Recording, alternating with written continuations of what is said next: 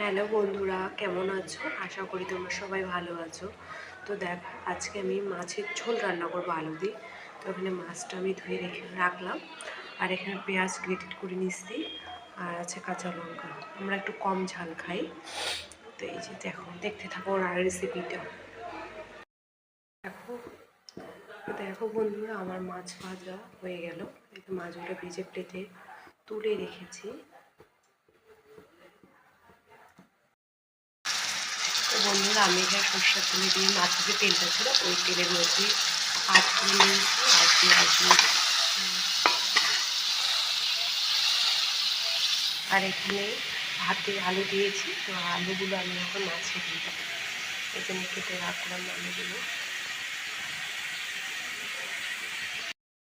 তো বন্ধুরা, দেখো বন্ধুরা, আমি আলুটাতে কষে পানি দিয়ে দিলাম।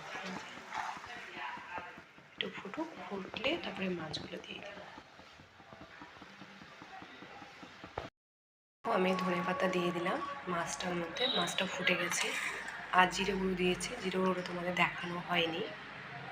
তো দেখো মাছটা, আমার মাছের ঝোল রেডি।